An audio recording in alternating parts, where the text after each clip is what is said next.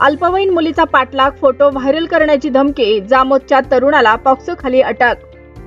अल्पवयीन मुलीचा पाठलाग करून तिचा हात पकडल्याचा तसेच तिचे फोटो फेसबुक व इंस्टाग्रामवर व्हायरल करण्याची धमकी दिल्याचा गंभीर प्रकार समोर आला आहे.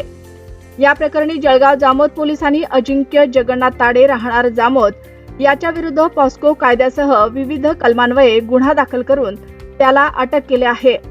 13 ऑगस्ट ते 19 ऑगस्ट पर्यंत आरोपीने अल्पवयीन मुलीचा पाठलाग केल्याचे तक्रारीत नमूद आहे. यावेळी त्यानं वाईट उद्देशानं मुलीचा हात पकडला, तसेच माझ्यासोबत बोलली नाहीस तर तुझे फोटो फेसबुक आणि इंस्टाग्रामवर व्हायरल करेल अशी धमकी दिल्याचा आरोप आहे.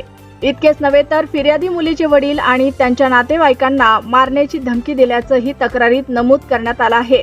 या प्रकारामुळे परिसरात खळबळ उडाली आहे. या प्रकरणी मुलीच्या वडिलांनी दिलेल्या तक्रारीवरून जळगाव जामोद पोलीस ठाण्यात कायमी अपराध क्रमांक 532/2026 नुसार भारतीय न्याय संहितेतील कलम 74, 75, 78, 351(3), 296 तसेच पॉस्को कायद्यातील कलम 8 व 12 अन्वये गुन्हा दाखल करण्यात आला आहे.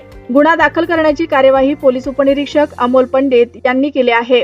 पोलीस निरीक्षक सचिन बागुल यांच्या आदेशानं पुढील तपास सहाय्यक पोलीस निरीक्षक नागेश मोहोड यांच्याकडे सोपवण्यात आला आहे.